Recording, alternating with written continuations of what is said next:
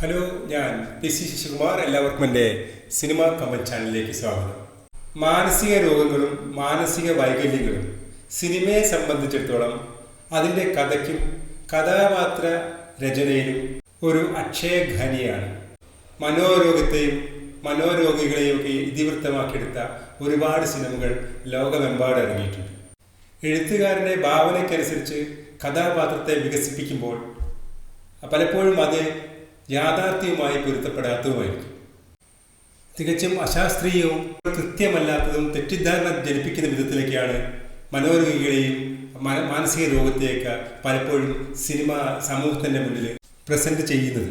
എന്നാൽ അതോടൊപ്പം തന്നെ ചില സിനിമകൾ സൈക്യാട്രി വിദ്യാർത്ഥികളുടെ പാഠപുസ്തകങ്ങളായി നിർദ്ദേശിക്കപ്പെടാറ് പോലുമുണ്ട്.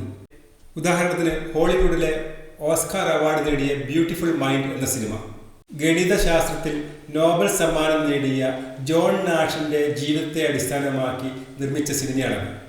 റസൽ ക്രോ സ്കിസോഫീനിയ ബാധിച്ച ജോൺ നാഷ് എന്ന കഥാപാത്രമായി അഭിനയിച്ച് തകർത്ത ഒരു സിനിമയാണ്. ആ രോഗത്തെയും ആ രോഗിയെയും എങ്ങനെ സമീപിക്കണമെന്നും രോഗത്തിന്റെ കാഠിന്യത്തിൽ നിന്നും രോഗിയെ എങ്ങനെ മറികടക്കാമെന്നും കാണിക്കുന്ന ഒരു സിനിമയാണ്. അതുപോലെ ആന്റണി ഹോപ്കിൻസ് അവതരിപ്പിച്ച അൽഷിമേഴ്സ് ബാധിച്ച ഒരു വൃദ്ധന്റെ സിനിമ ദി ഫാദർ. ഈ സിനിമകളെല്ലാം തന്നെ മാനസിക രോഗത്തെ യുക്തിപൂർവവും സത്യസന്ധവും ശാസ്ത്രീയവുമായി സമീപിച്ചവയാണ്. നമ്മുടെ മലയാള സിനിമയും വളരെ നേരത്തെ തന്നെ മാനസിക രോഗവുമായി ബന്ധപ്പെട്ട സിനിമകൾ ഇറക്കിയിട്ടുണ്ട്. 1968 പുറത്തിറങ്ങിയ മലയാറ്റൂർ രാമകൃഷ്ണൻ എഴുതിയ യക്ഷി എന്ന സിനിമ ഒരുപക്ഷെ മലയാളത്തിലെ ആദ്യത്തെ മാനസിക രോഗവുമായി ബന്ധപ്പെട്ട ഒരു സിനിമയാണ്. അതിലെ നായകൻ അപകടം മൂലം തൻ്റെ മുഖം വികൃതമായതും മാത്രമല്ല തൻ്റെ ലൈംഗിക പരാജയമെല്ലാം തന്നെ മൂടിവെക്കുന്നതിനായി തൻ്റെ അരികിലെത്തിയ സ്ത്രീയെ യക്ഷിയായി സ്വയം സങ്കല്പിക്കുന്നുണ്ട്. ആ രോഗത്തിൻ്റെ മൂർധന്യാവസ്ഥയിൽ അവളെ അദ്ദേഹം കൊല്ലുകയും ചെയ്യും. നമ്മുടെ പ്രേതം, യക്ഷി തുടങ്ങിയ അന്ധവിശ്വാസങ്ങളെല്ലാം ചേർത്ത് വെച്ചുകൊണ്ട് ഇറക്കിയ ഒരു സിനിമയായിരുന്നു അത്. അക്കാലത്തെ വൻ വിജയവുമായിരുന്നു. പിന്നീട് MT വാസുദേവൻ നായർ തിരക്കഥ എഴുതി സംവിധാനം ചെയ്ത ഇരുട്ടിൻ്റെ ആത്മാവ് എന്ന സിനിമ. പ്രേംനസീറിന്റെ കരിയറിലെ ഏറ്റവും നല്ല കഥാപാത്രമാണ് ഇരുട്ടിൻ്റെ ആത്മാവിലെ വേലായുധൻ. ഭ്രാന്തൻ വേലായുധൻ എന്നാണ് സമൂഹം വേലായുധനെ വിളിച്ചത്. എന്നാൽ സത്യത്തിൽ ആ ഭ്രാന്ത് എന്ന് പറയുന്നത് MR എന്ന വിഭാഗത്തിൽപ്പെട്ട അല്ലെങ്കിൽ മെന്റലി റിട്ടാർഡ് എന്ന വിഭാഗത്തിൽപ്പെട്ട ഒരു മാനസിക വൈകല്യമായിരുന്നു. മറ്റുള്ളവരെ ഉപദ്രവിക്കാത്ത, വളരെ സ്നേഹമുള്ള, സ്നേഹിക്കുന്നവർക്ക് വേണ്ടി ത്യാഗം ചെയ്യുന്ന ഒരു കഥാപാത്രം. ഈ അസുഖത്തിന്റെ ഒരു സ്വഭാവ രീതിയും അത് തന്നെയാണ്. പിന്നീട് ഒരുപാട് സിനിമകൾ മെന്റലി റിട്ടയർഡായ കഥാപാത്രങ്ങളെ അവതരിപ്പിച്ചിട്ടുണ്ട്. ഇത്തിരി നേരം ഒത്തിരിക്കാരും, കാക്കത്തൊള്ളായിരം, ശുദ്ധമദ്ദളം, ചക്കരയുമ്മ, സൂര്യമാനസം, കരുമാടിക്കുട്ടൻ, പച്ചക്കുതിര തുടങ്ങിയ സിനിമയിലെ നായക കഥാപാത്രങ്ങളെല്ലാം തന്നെ മെന്റലി റിട്ടാർഡ് എന്ന മാനസിക വൈകല്യമുള്ളവരാണ്. മറ്റൊരു മാനസിക വൈകല്യമായ ഡെലൂഷൻ, അത് സംശയരോഗമാണ്.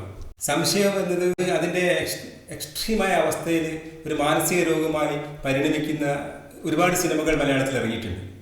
ആ കാറ്റഗറികളിൽപ്പെട്ട സിനിമകളിൽ പലതും സുന്ദരിമാരായ ഭാര്യമാരെ സംശയിക്കുന്ന ഭർത്താക്കന്മാരെയാണ് പ്രമേയമാക്കിയിട്ടുള്ളത്. ശ്രീനിവാസൻ അഭിനയിച്ച വടക്ക് നോക്കി യന്ത്രം അതൊരു ഉത്തമ ഉദാഹരണമാണ്. വാഴ്വേ മായം, വെങ്കലം, കുങ്കുമപ്പൊട്ട്, കളിയാട്ടം, മഴ, 4 പെണ്ണുങ്ങൾ തുടങ്ങി ഒരുപാട് സിനിമകൾ ആ ഒരു മാനസിക വൈകല്യം പ്രമേയമാക്കി ഇറങ്ങിയിട്ടുണ്ട്. അതുപോലെ കുട്ടിക്കാലത്തെ പ്രശ്നങ്ങളും സമ്മർദ്ദങ്ങളും സംഘർഷങ്ങളെല്ലാം തന്നെ മാനസിക രോഗത്തിലേക്ക് നയിച്ച് പ്രമേയമാക്കിയ ഒരുപാട് സിനിമകൾ ഇറങ്ങിയിട്ടുണ്ട്. അഹം എന്ന സിനിമയിലെ നായകന്റെ മാനസിക രോഗത്തിൻ്റെയൊക്കെ തുടക്കം എന്ന് പറയുന്നത് കുട്ടിക്കാലത്തെ പേരന്റിങ്ങിലെ തകരാറുകളാണ്. അതുപോലെ സമൂഹത്തിലെ സംഭവങ്ങളോടുള്ള അതിയായ ആദി മാനസിക രോഗമാക്കി മാറ്റിയ നായകന്മാരെയും നമ്മൾ മലയാള സിനിമയിൽ കണ്ടിട്ടുണ്ട്. വെറുതെ ഒരു ഭാര്യയിലെ ഭർത്താവും ഭൂതക്കണ്ണാടിയിലെ അച്ഛനെല്ലാം തന്നെ സമൂഹത്തിലെ പ്രശ്നങ്ങളോടും മാറ്റങ്ങളോടും പ്രതികരിക്കാനാവാതെ സമൂഹത്തെ ഭയന്ന് മനോരോഗത്തിലേക്ക് വീഴുന്നവരാണ്. ഭ്രമരം എന്ന സിനിമയിലെ നായകന്റെ ചെവിയിലിടയ്ക്കിടയ്ക്ക് മൂളിൽ നിന്ന് തോന്നുന്ന വണ്ടിന്റെ ശബ്ദം ശബ്ദരൂപത്തിലുള്ള ഓഡിറ്ററി ഹാലൂസിനേഷനാണ്. ഉള്ളടക്കത്തിലെ വയറ്റിൽ ഒരു കുതിരയുണ്ടെന്ന് പറയുന്ന ജഗതിയുടെ കഥാപാത്രവും ഈ ഒരു മനോരോഗത്തിന്റെ സൃഷ്ടിയാണ്. അതുപോലെ വിഷാദരോഗം മലയാള സിനിമ ഒരു പരിധിയിലധികം ആഴ്ന്നിറങ്ങാത്ത ഒരു വിഷയമാണ്. ഒരേ കടൽ എന്ന സിനിമയിലെ നായികയുടെ പ്രസവാനന്തര വിഷാദം കൃഷ്ണ ഗോപാലകൃഷ്ണ എന്ന സിനിമയിലെ നായകന്റെ ജീവിതത്തിലും ദാമ്പത്യത്തിലുള്ള പ്രശ്നങ്ങളെ തുടർന്നുള്ള വിഷാദരോഗം, നവംബറിന്റെ നഷ്ടം എന്ന സിനിമയിലെ നായികയുടെ വിഷാദരോഗം, ഇതെല്ലാം ആ മാനസിക രോഗത്തെ അടിസ്ഥാനമാക്കി നിർമ്മിച്ച സിനിമകളാണ്. മറ്റൊരു മനോവൈകല്യമാണ് ബൈപോളാർ ഡിസോർഡർ. ഹൈലി ആക്റ്റീവായ, പെട്ടെന്ന് തന്നെ ഹൈലി ഡിപ്രസ്ഡ് ആയ മൂഡിലേക്ക് പോവുക തുടങ്ങി ഒരുപാട് കോംപ്ലിക്കേറ്റഡ് ആയ ഒരു അസുഖമാണ് ബൈപോളാർ ഡിസോർഡർ. ഒരു എക്സ്ട്രീം മൂഡ് സ്വിംഗിങ് ഒക്കെ ഇതിന്റെ ഭാഗമായിട്ട് ഉണ്ടാവാറുണ്ട്. ഈ ഒരു അസുഖം കേന്ദ്രമാക്കി നിർമ്മിച്ച സിനിമയാണ് വടക്കുന്നാഥ്. അതിന്റെ കേന്ദ്ര കഥാപാത്രമായ മോഹൻലാലിന് ഈ അസുഖം ബാധിച്ചിട്ടുണ്ട്. മോഹൻലാലിന്റെ ആ കഥാപാത്രത്തിൽ ഈ മനോവൈകല്യം വളരെ ശാസ്ത്രീയമായ രീതിയിൽ തന്നെയാണ് അവതരിപ്പിച്ചിരിക്കുന്നത്. ഈ മനോരോഗങ്ങളിൽ ഏറ്റവും അപകടകരമായ ഒരു വിഭാഗമാണ് സ്കിസോഫീനിയ എന്നത്. നമ്മുടെ താളവട്ടത്തിലെ മോഹൻലാൽ കഥാപാത്രത്തിന് സ്കിസോഫീനിയ ആണെന്ന് പറയുന്നുണ്ടെങ്കിലും ആ രോഗത്തിന്റെ ഒരു ലക്ഷണം തന്നെ ആ സിനിമയിൽ അദ്ദേഹം കാണിക്കുന്നില്ല എന്നത് ഒരു കൗതുകമുള്ള കാര്യമാണ്. കോമൺ ആയിട്ട് കാണുന്ന മറ്റൊന്നാണ് പേഴ്സണാലിറ്റി ഡിസോർഡർ എന്ന്, നമ്മുടെ വ്യക്തിപരമായ തകരാറുകൾ.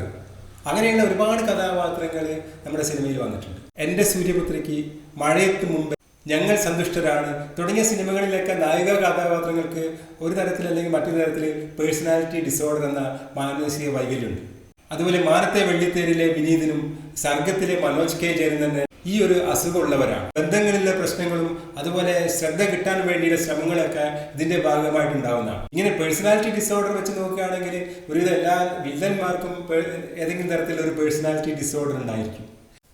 മാത്രമല്ല, നമ്മുടെ അടുത്ത കാലത്തൊക്കെ ഇറങ്ങുന്ന മാസ് സിനിമകളിലെ പല നായകന്മാരെയും പരിശോധിച്ചാൽ അവർക്ക് പലർക്കും എന്തെങ്കിലും പേഴ്സണാലിറ്റി ഡിസോർഡർ ഉള്ളതാണെന്ന് നമുക്ക് കണ്ടെത്താൻ കഴിയും. മാനസിക രോഗവും മാനസിക രോഗികളും എഴുത്തുകാരനെ സംബന്ധിച്ചിടത്തോളം അതിൻ്റെ വികസന പാതയിൽ ഒരുപാട് സാധ്യതകൾ നൽകുന്നതാണ്. എന്നാൽ ഈ സാധ്യതകൾക്ക് പിന്നാലെ ഒരു യുക്തിയുമില്ലാതെ ശാസ്ത്രീയതയുമില്ലാതെ എഴുത്തുകാരൻ പോകുമ്പോൾ കഥാപാത്ര രചന എന്നത് തികച്ചും അശാസ്ത്രീയമാകുന്നു. ഇങ്ങനെ അശാസ്ത്രീയമായ രീതിയിൽ മനോരോഗികളെയും ഇങ്ങനെ സിനിമയിൽ അവതരിപ്പിക്കുക വഴി ഈ ഒരു മേഖലയെ പറ്റി തെറ്റായ ഒരു അവബോധമാണ് സമൂഹത്തിൽ സിനിമകൾ മിക്കപ്പോഴും പരത്തിയിട്ടുള്ളത്. നമ്മുടെ മിക്ക സിനിമകളും പരിശോധിച്ചാൽ നാം കാണുന്നത് ഈ മാനസിക വൈകല്യവും മനോരോഗങ്ങളെല്ലാം തന്നെ വയലൻസുമായി ചേർത്ത് വെച്ചാണ് അവതരിപ്പിച്ചിട്ടുള്ളത്. ഇത് രോഗികളോടും രോഗത്തോടുമുള്ള സമൂഹത്തിന്റെ കാഴ്ചപ്പാടിൽ ഒരു തെറ്റായ സന്ദേശം നൽകുന്നതിന് പലപ്പോഴും കാരണമായിട്ടുണ്ട്. അതുകൊണ്ട് തന്നെ ഇനി വരാനിരിക്കുന്ന സിനിമകൾ കൂടുതൽ ഗൗരവമായും ശാസ്ത്രീയമായും ആഴത്തിലും ഈ വിഷയത്തെ പഠിക്കുകയും അവതരിപ്പിക്കുകയും ചെയ്യട്ടെ എന്ന് ആഗ്രഹിക്കുന്നു. പുതിയൊരു വീഡിയോയുമായി വരുന്നവരെ എല്ലാവർക്കും സിനിമാ കമ്പത്തിന്റെ നന്ദി.